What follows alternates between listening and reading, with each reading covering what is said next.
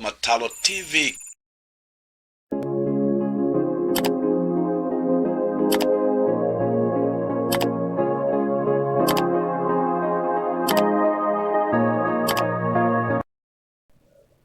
Basi mpenzi mtazamaji wa Matalo TV popote ulipo, nataka nichukue nafasi ile kuweza kukaribisha katika mitambo upendayo, mitambo ya Matalo TV. Basi matumaini yangu ya kwamba Mungu amewajali vizuri, neema yake imewatosha. Yule ambaye Mungu ametukirimia siku njema kama ya leo, najua basi jameni anatamani aone tukitumikisha ile siku kwa njia iliyofaa ili tukajifanyie faida. Na basi wote popote ambapo mlipo, nataka nichukue nafasi ile kuwakaribisha tena na kusema ni asanti kwa wote ambao umeendelea kutufuata na wote ambao umeendelea kutupongeza kwa kazi ambazo tunaziendelesha katika mafundisho hapa Matalo TV.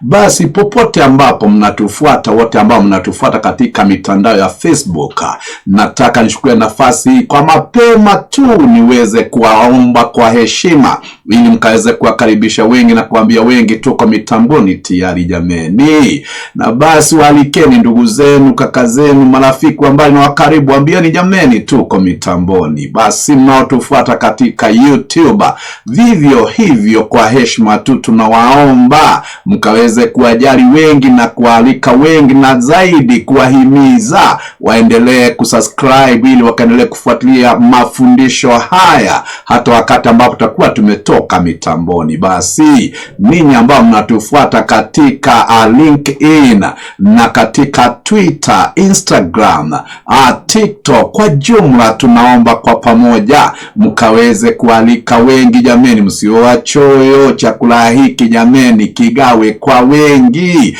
ili wengi wakaone faida hizi na dunia tukaendelee kuibadilisha kwa mafundisho ambayo tunapokea katika mitambo upendayo, mitambo ya Matalo TV. Basi najua tumekuwa katika sehemu na mashauri na tumeendelea kujifundisha mengi, na tutaendelea zaidi kuingia ndani na kuyafahamu mengi ambayo ni ya faida. Na basi kabla tujaingia katika kipindi cha siku, nataka niwatangulize vile ambavyo mimi nimezoea kufanya kila wakati, kumleta mwanaume kwetu kwa nguzo 6 zile ambazo nazitaja kwa lugha ya kigeni, kisha baadaye tunazielezea katika lugha ya Kiswahili. Na basi tunasema ya kwamba mwanaume, a man is a leader. Number 2, a man is a provider. Number 3, a man is a protector. Number 4, he must be hardworking. Number 5, a man is a counselor. Na number 6, a man is a priest in his own capacity. Na tumefika sasa katika kitengo cha 5, na basi tumekuwa tukichambua kuelewa ya kwamba jameni kuna tamaduni za kila kabila, na tumeendelea kujifundisha kuelewa tamaduni ni nini, na pia tukachambua, tukaingia ndani, tukapata kujua ya kwamba desturi na mila basi ziko chini ya tamaduni za watu, na mambo haya tumeendelea kuyaingia kwa undani, na najua ya kwamba umejifahamisha mambo mengi sana. Ila pia nilisema nitaingia katika Biblia tuone kama ushauri jameni kitu ya maana na ni kitu ambacho ina mizingi yake katika neno la Mungu ama katika Biblia. Na basi leo hii nataka tujibwage kule tuweze kuchambua mawili matatu toka Biblia ili tukaone kana kwamba haya ni mambo ambayo ilimpendeza Mungu tangia mwanzo, tusije tukajiletea mambo ambayo hayana mizingi jameni. Na basi nataka siku ya leo tutembelee kitabu cha Methali.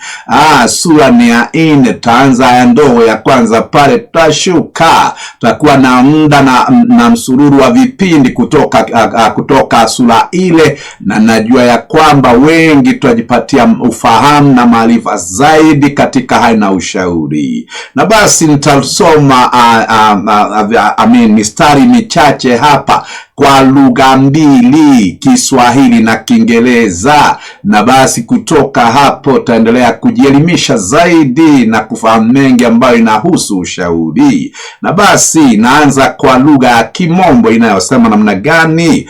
Mstari wa kwanza pale listen my son to a father's instruction. Pay attention and give and gain understanding. Verse 2, the Bible says, I give you sound learning, so do not forsake my teaching. When I was a boy in my father's house, when I was a boy in my father's house, still tender and only child of my mother, he taught me and said, lay hold of my words with all your heart, keep my commands and you will live. Hapo ndio takoma siku ya leo, ila nitasoma kwa lugha ya Kiswahili inayosema nini? Wanangu, yasikilizeni mahusia ya baba yenu, tegeni masikio mpate kujua ufahamu. Kwa kuwa nawapa mafundisho mazuri. Msiache sheria yangu, maana nalikuwa mwana kwa baba yangu, mpole mpenzi wa pekee wa mama yangu. Naye akanifundisha, akaniambia, moyo wako uyahifadhi maneno yangu, shika amri zangu ukaishi. Basi napenda sana kwanza nilete utangulizi huu ambao wanahusu kitabu hiki. Kitabu cha Methali ni kitabu ambacho kiliandikwa mambo haya yaliandikwa tokana na hekima zake huyu mfalme Suleimani.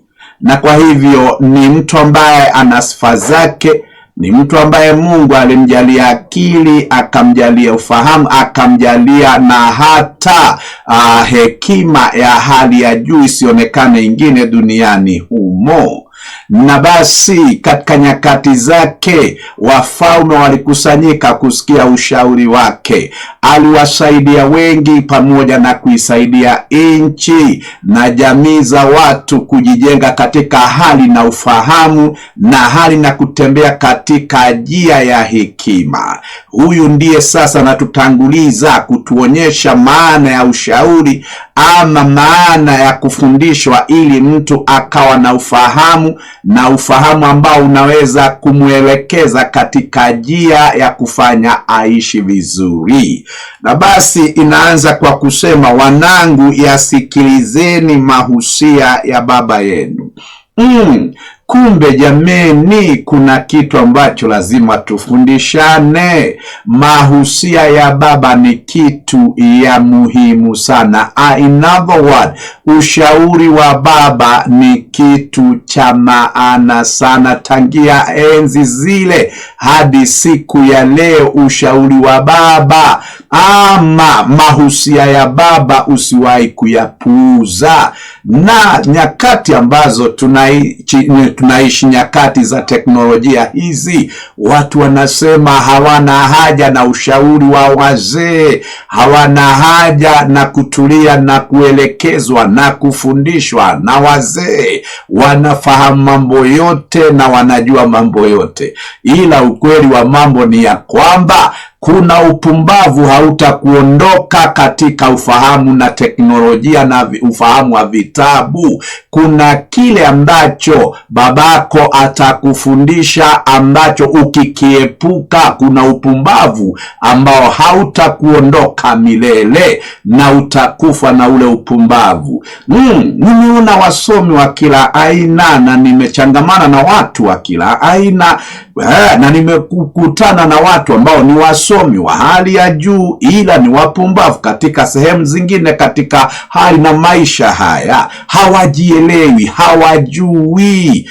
Unapomuuliza kile ambacho ni cha desturi ama kile ambacho kiko katika mila za kwao, haelewi chochote. Utamaduni wa kwao hauelewi.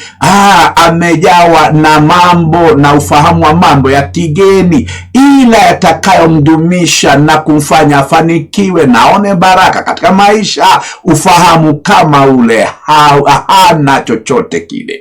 Na basi ndio naona huyu mwenye hekima za hali ya juu anasisitiza kusema ya kwamba, wanangu, yasikilizeni mahusia ya baba yenu. Na yoyote, nataka niseme hapa sababu vijana wa siku hizi mna mambo ninyi, yoyote ambaye anapuuza ushauri wa baba, dunia hii itamtapika. Yoyote ambaye anaonekana kwamba ana hekima kuliko babake, basi dunia hii haina nafasi yako. Ndio utakimbia mbiu.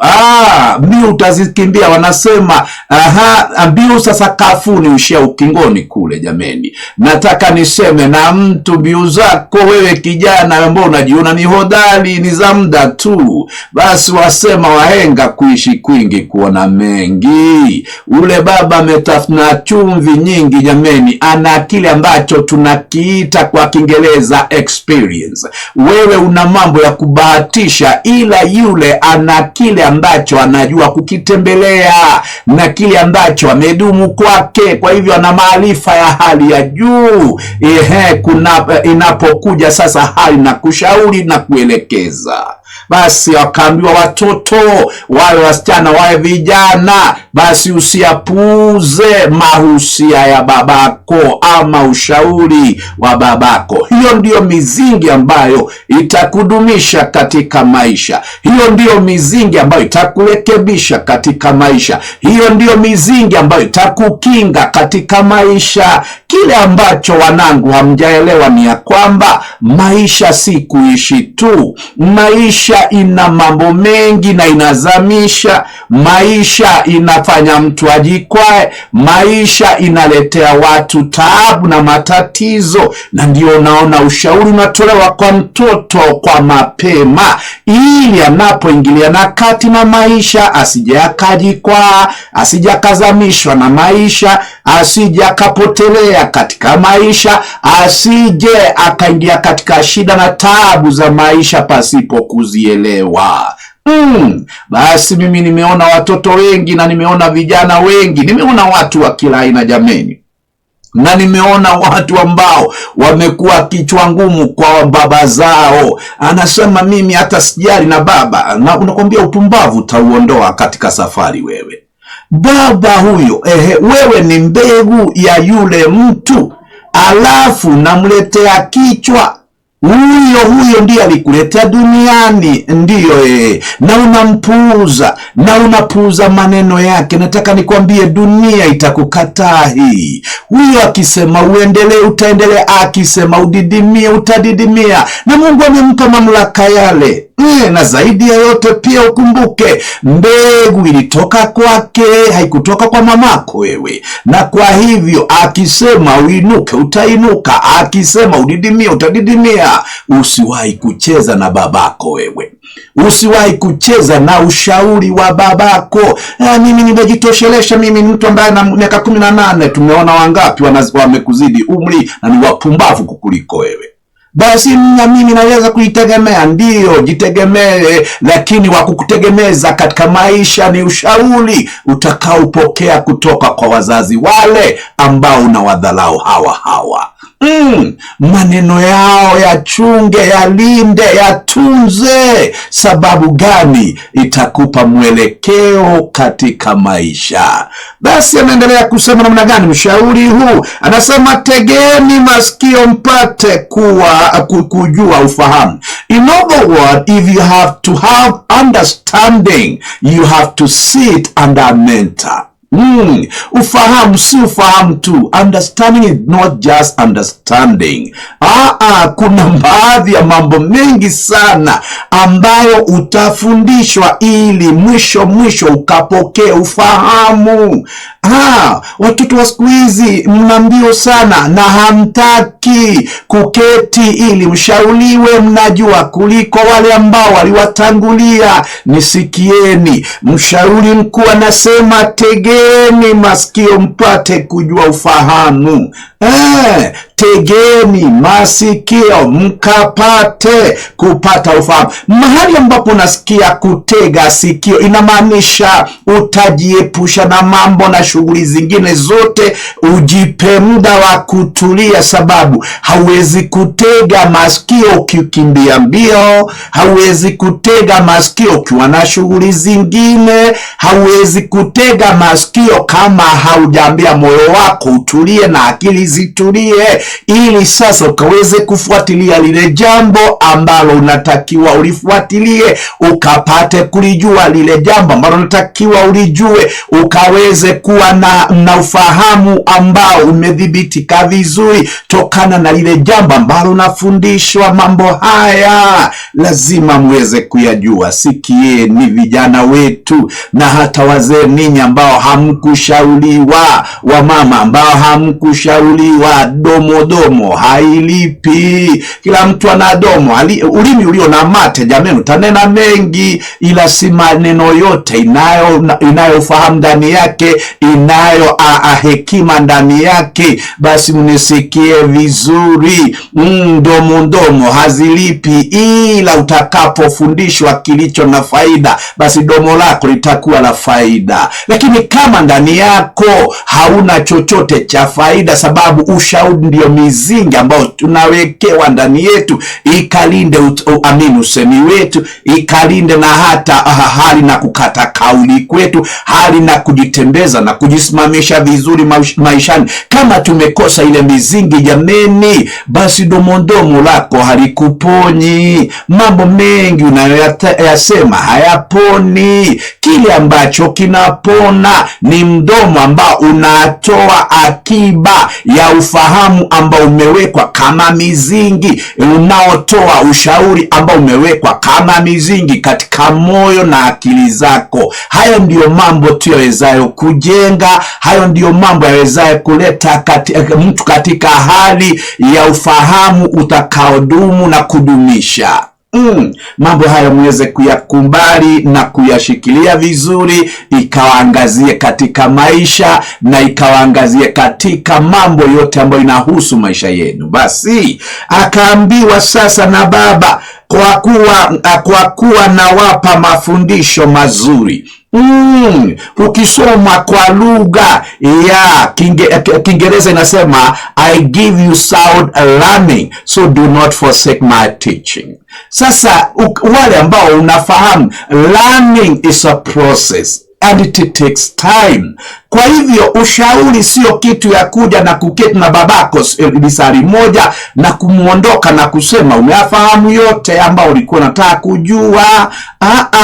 When it comes to learning, you have to bear and pay the price. Mambo haya hafanyiki tu kama kubonyesha kidude alafu kalete kile ambacho unataka kukifahamu. Wakati unasikia maandiko inasema kwa kuwa nawapa mafundisho, learning is a process and it takes a long time for you to qualify in what you're learning. Sasa sikia vizuri, mafundisho inakugharimu na inachukua muda ili ukaweze kufahamu kile ambacho unafundishwa. Na basi mambo haya lazima tuelezane ya kwamba lazima sisi wazazi na watoto tukubaliane ya kwamba kuna mambo ambayo hatuwezi kuyakimbiza ama mambo ambayo hatuwezi kuyaharakisha. Mambo haya hutembelewa hatua kwa hatua ili kila yoyote akaweze kuyapata kwa njia iliyo sawa, na wale ambao hawana ufahamu wa haraka wakafahamishwe pole pole mpaka wakapate kuelewa. Mambo haya msiwahi kuyasahau, ya kwamba unatakiwa uwe na muda tosha na wazazi wako, unatakiwa uwe na muda tosha na babako, ili akuelimishe hatua kwa hatua, mpaka wakati ambapo utaiva kutumikisha maarifa na ujuzi na hekima zile ambazo ameziweka katika moyo wako. Na unikumbuke vizuri, maneno ya baba haikai tu katika akili, maneno ya baba hukaa katika mioyo ya watu. Na ndio unaona yoyote ambaye alishauriwa na babake, jameni, hata katika umri wake wa uzee, atabaki kutaja ya kwamba babangu alinishauri na kuniambia, babangu alinifundisha mambo haya na yale. Kwa hivyo ushauri wa baba hautulii tu katika akili, ushauri wa baba unashuka katika kilindi cha moyo. Mshauri wa baba unabaki na mtu hadi kaburini. Na ndio naona kama watu wengi wamepoteza kile ambacho kinaweza kuwahifadhi na kuhifadhi na hata uzao utakao kuja ama vizazi watakao kuja. Watu wengi wamepotoka katika njia hizi, hawazielewi tena. Ndio unaona watu nyakati hizi hata kuishi maisha marefu haiwezekani. Sababu gani? Kile ambacho kinasababisha tuishi maisha marefu ni ushauri ambao tuliupokea. Kile ambacho unasababisha tuishi maisha ambao ni ya kupendeka na maisha ambao ni ya kuvutia ni kile ambacho ulikipokea kwa washauri wako, wazazi wako ama babako wewe. Mambo hayo siwahi kuyasahau. Anaendelea kusema mshauri ya kwamba msiache sheria yangu. Kumbe katika ushauri kuna sheria ambazo zimewekwa. Kumbe wakati ambapo baba anakushauri, anakuwekea sheria za vile ambavyo utaishi maisha. Tukuja hapa tutoe mfano. Baba anakuambia, mwanangu, nimekusomesha hii, masomo hauyaweki kwa nyumba, umefunguka akili, utoke uchangamane na wengine duniani, ujifundishe kujitafutia chakula, ujifundishe kujitafutia manguo, ujifundishe kujilipia nyumba, ujifundishe na hata kuenda kujitafutia mke wa kuoa. Nani aliwafundisha? Babako atabaki na wewe milele. Upumbavu mlionao watoto wetu nyakati hizi utawaharibu sana.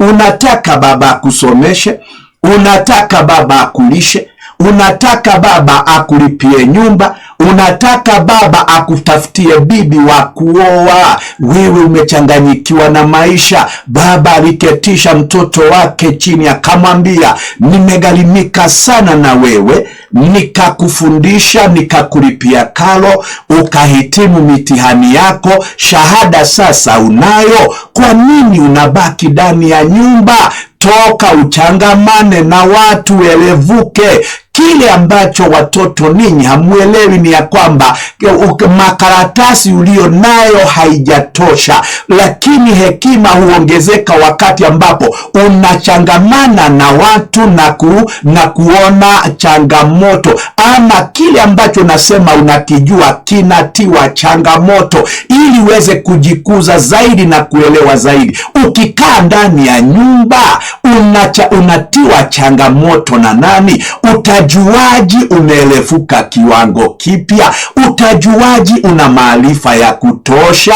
Toka nje uchangamane na watu, ujue upumbavu wako umefika wapi na ni wapi utainua kiwango cha kuwa na hekima ukaweze kujimudu vizuri katika maisha. Ninyi ambao mnakaa katika manyumba, nani aliwafundisha upumbavu huu ya kwamba ukikaa kwa nyumba unaelevuka, unaendelea kuwa mjinga? Sababu kile ambacho unaita hekima kwa wengi ukikisimamisha kwa watu kitaonekana ujinga mtupu, lakini kujitoa kwa watu na ujitoe kwa watu, kitiwe changamoto. Basi mahali ulikuwa unafanya makosa utatafuta mbinu za kurekebisha. Mahali ambapo ulikuwa unaona kama ni wewe tu na unawazidi wote, utapata kile ambacho ulikuwa unasema una uwezo na una akili ya kuendelesha. Kuna wengine wamekupita na wamekupita kwa njia kubwa sana, na kwa hivyo usiwahi kukubali upumbavu kuweke ndani ya nyumba. Sababu gani? Kujifungia kwa nyumba haimaanishi unaendelea kuelevuka, inamaanisha unaendelea kuwa na upumbavu. Sababu upumbavu katika akili unaondolewa kwa njia ipi? Unaondolewa kwa kuletewa mambo mapya, mageni ya hekima, mambo mapya, mageni ya ufahamu. Hiyo sasa inaondoa upumbavu katika akili. Basi nawashauri sana ninyi vijana na nyinyi wasichana ambao mnajifungia kwa manyumba, mnasema nyinyi hamtaki kutoka nje kuchangamana na dunia. Nataka niwaambie, mnaendelea kupoteza muda na mnaendelea kuharibu future yenu. Tokeni kuanzia sasa, enda uajiliwe, ujue kutumika chini ya mamlaka, sababu hakuna mtu ambaye atatoka tu na aende afanikiwe. Kama hujatafuta kazi kuajiliwa, enda uajiliwe, ili kichwa ngumu ulicho nacho kiketishwe chini ya mamlaka na ujue kutumika chini ya mamlaka. Usiwe mpumbavu mwenyewe wewe. Nani alikuambia unaweza kuwa mwalimu wako na unaweza kuwa kila kitu kwako? Toka huko nje, kaa chini ya mamlaka, tafuta kazi, upatane na bosi mkali, akemee ujinga ulio ndani yako ukutoke, ili hata kama utaendelea kufanikiwa, na utakapokuwa boss utajua mtu huajiri watu kwa njia ipi, na mtu hukaa na watu kwa njia ipi, na mtu hukuza kampuni yake kwa njia ipi. Lakini ukijifanya wewe ndio unajua kila kitu, utatoka wapi? Utaenda wapi? Haya ndiyo mambo ambayo lazima myajue. Na nirudie tena hapa, kama haujui kukaa ndani ya nyumba, unaendelea kujiongeza upumbavu, endelea kutoka sasa na kuendelea kule mbele, utaona kile ambacho kitazaliwa. Lakini unapotoka nje, basi unapochangamana na watu, ndio utajua kuna huyu ambaye ana mbinu ambao hauna. Utaona huyu ana mlango ambao hukuwa nao mbeleni, lakini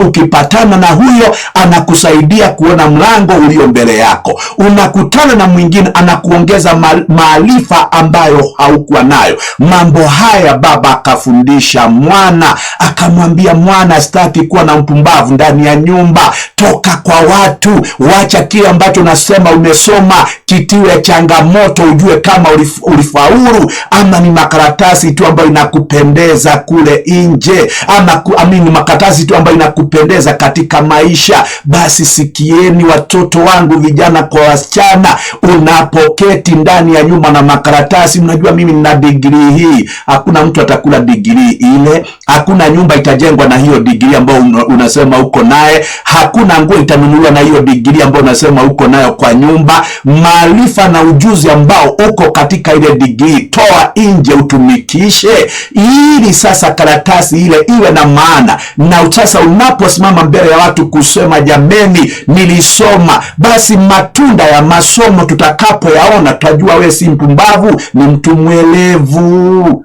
Mambo haya baba akafundisha, na ninaendelea kufundisha vijana wa siku hizi, sababu mnajua zaidi kuliko baba zenu. Nataka niwafundishe, niwaambie how baba hawezi kuleta duniani na uwe mwelevu kumliko. Ndiyo hiyo, kuna mengi sana haujui. Na leo hii naomba vijana munisikie na munitegee.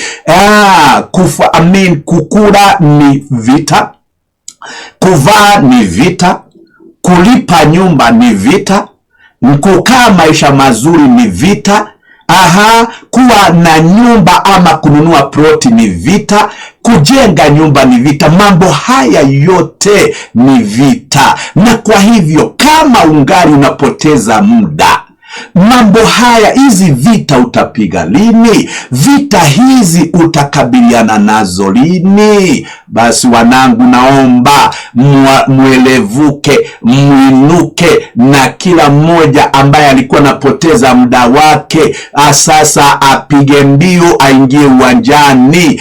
Usiseme babangu, najua babangu ana mali hizi. Wacha niwaambie, wacha niwashauri, sababu kuna watoto wengi wana upumbavu sana. Unafikiria sababu babako ana mali, wewe una mali. Sikia, mali ili ikukubali ni kwa sababu una ufahamu wa kutafuta, una ujuzi wa kukusanya na kuweka zile mali, una hekima ya kuendelesha mali zile. Sasa ukisema babako ana mali na utagawa kutoka kwa babako, nini ambayo itakuzuia kuuza mali zile wakati ambapo utaona ja? Sababu haujui kutafuta mali, haujui kupigana vita za kimaisha, haujui kukaa na kwa hekima kuendelesha mali zile. Nini itakuzuia tokana na kuuza gari la babako? Nini itakuzuia tokana na kuuza ploti ya babako? Nini itakuzuia kuuza nyumba ya babako? Wapumbavu wanafanya hayo, ila mwenye hekima anasema, kabla sijaangalia mali ya babangu, nami nitatafuta zangu, atakaponipa urithi nitaongeza kwa zangu mali zile. Sasa nyinyi mnagoja tu, baba mimi najua mzee akikufa mimi nitakuwa tajiri sana. Upumbavu utauondoa hapa wewe, na utaondoa upumbavu maishani. Mali yoyote ambayo hauna ujuzi wa kuitunza itakuacha. Mali yoyote ambayo haujagharimikia itakuacha. Mali yoyote ambayo hauna ufahamu juu yake itakuacha. Na ndiposa unaona anaambiwa huyu mwana ya kwamba kwa kuwa nawapa mafundisho mazuri. Mafundisho baina ya mafundisho ambayo unayapokea leo ndiyo yale yale mzazi atakupa. Na pia anaendelea kusema, msiache sheria yangu. Kumbe maisha ni sheria unazozifuata. Maisha hauishi tu. Babako anakuongelesha, anakwambia, mwana toka ndani ya nyumba. Mimi nataka kukaa ndani ya nyumba. Hiyo ni neno linatoka kwa baba. Siku moja litakufanya ulie, sababu aliona hatari ambazo hauzioni. Siku moja, na hapo muandike siku ya leo. Hiyo maneno unapuuza ya baba, akikwambia enda tafuta kazi kama watoto wengine, nasema mimi najiweza kwa mambo yote. Hiyo uangalie na uadarain, uweke hapa na uweke hapo alama ya kuadarain. Siku moja itafanya ulie hiyo, sababu utakuja kuangalia nyuma na uzee sasa umekuandama. Hakuna mtu ambaye anaweza kukuajiri na miaka ulio nayo. Utalia na hautajiponya na kilio, utahuzunika na hautajiponya na huzuni. Wakati wa ujana wako utumikishe vizuri, sababu kuna siku inakuja ujana utakuondoka, nguvu za ujana zitakuondoka. Utatumikia nani ukiwa miaka 40 na haujielewi? Utatumikia nani ukiwa miaka 35 na haujifahamu? Upumbavu unadidimisha, upumbavu unaua. Baba akikwambia toka, enda uajiliwe, enda uajiliwe, na usiuliza maswali. Unajua wananikemea sana kule kazini, ili sababu waliona kitu ndani yako ambayo haijengi na ni lazima kitolewe. Unajua wananiambia niondoke mapema sana, niende kazi mapema. Nani alikwambia pesa ni ya wavivu wale? Pesa hupatikana na wenye kuamuka mapema na wenye kukataa na kuchukia usingizi. Hawa ndio watu ambao wanapata mali, ila si mtu ambaye analala anagojea jua lichomoze ili amuke aulize atakula nini na atakula nini. Huyo mtu tayari amejiroga. Basi toke hapo sasa. ni matumaini yangu ya kwamba kuna mtu sasa atatoka kwa nyumba na kwenda nje kutafuta kazi na hiyo makaratasi uliyo nayo, na kutoka nje kuchangamana na watu ili uelevushwe zaidi na zaidi, sababu kile ambacho unaita hekima kwa wengine si hekima, kile ambacho unaita ufahamu kwa wengine si ufahamu, kile ambacho unaita ushindi kwa wengine si ushindi. Kwa hivyo toka nje ujue ni nini umebeba, toka nje tukujue, toka nje upigwe vita, uwe na ujasiri, sababu hawezi kuwa mjasiri pasipo kupigana vita. Hauwezi kuacha uoga wa maisha pasipo kutishiwa maisha kule nje. Mambo haya msiwahi kuyasahau. Basi baba akaendelea kusema na mwana, akamwambia, maana nalikuwa mwana kwa baba yangu. Basi hapa mshauri anatufundisha ya kwamba ushauri hauanzi kwa watu ambao ni wakubwa. Ushauri ni kitu ambacho kinatakiwa kianze na mtoto akuzwe nacho.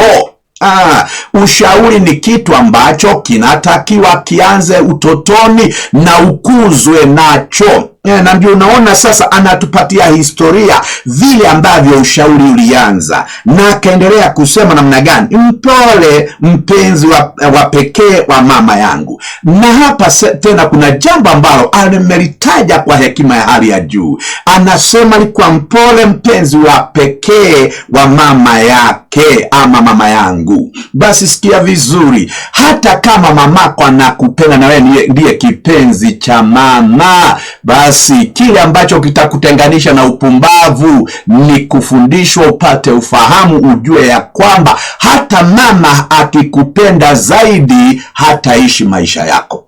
Hata mama akikupenda zaidi hata kujengea maarifa mapya. Hata mama akikupenda zaidi basi hata kabiliana na vita za kwako. Na hapa ndio unasikia baba anaingilia kati kutujulisha kwamba ushauri ni wa maana tangia utotoni ukuzwe nao, ili usije ukaona mamako kama anakujali sana upoteze muda wako. Usione mamako kama anakujali sana ufikirie atapigana vita zako. Uone mamako anakupenda sana ufikirie ataoa bibi sababu ataoa bibi kwa niaba yako. Ushauri unakutoa kwa utika upumbavu, unakuelekeza katika njia za hekima na maisha ya kufahamu ama maisha ya ufahamu. Mambo hayo msiwahi kuweza kuyasahau. Na wale ambao mnasema mnajua mimi babangu ananipenda sana, mamangu ananipenda sana, ndio akupende mama akupende baba, lakini vita ni za kwako, maisha ni ya kwako, kufaulu ni kwako wewe mwenyewe. Si mama atafanya ufaulu, si baba atafanya ufaulu, ni wewe utapigana vita mpaka ufaulu. Baba amefanya kazi yake ya kukuzaa, mama amefanya kazi yake ya kukuzaa na kukulea, kukuelimisha, wamefanya wazazi wale kazi ile. Sasa kupambana kimaisha ni wewe peke yako unapoendelea kumtegemea Mungu. Mstari unaofuata wa 4, naye akanifundisha akaniambia, moyo wako uyahifadhi maneno yangu. Kumbe vile ambavyo nimeendelea kusema hapa ya kwamba ushauri wa baba hushuka katika mioyo yetu. Akamfundishwa, akaambiwa mwana huyu, akaambiwa maneno gani? Akaambiwa moyo wako uyahifadhi maneno yangu. Maneno ya baba si maneno ya kuchezea. Maneno ya baba ni maneno ya kutunzwa. Maneno ya baba ni maneno ya kuhifadhiwa katika moyo. Na wote ambao mnanifuata, maneno haya muyaangalie na muyatunze, sababu muda hapa mbele mtaona mambo haya na mtayaona kwa macho yenu. Sio sasa kusikia, ni kuyaona kwa macho yenu. Kwa hivyo vijana ninyi ambao umefikisha umri fulani, sasa si watoto tena, naomba kama uko kwa baba yako toka, kama uko kwa mama yako toka mapema. Kama umefikisha miaka 20 na uko bado ndani ya nyumba ya babako, wewe haujielewi. Kama umefikisha miaka 30 na haujajipanga kuoa, ujielewi wewe.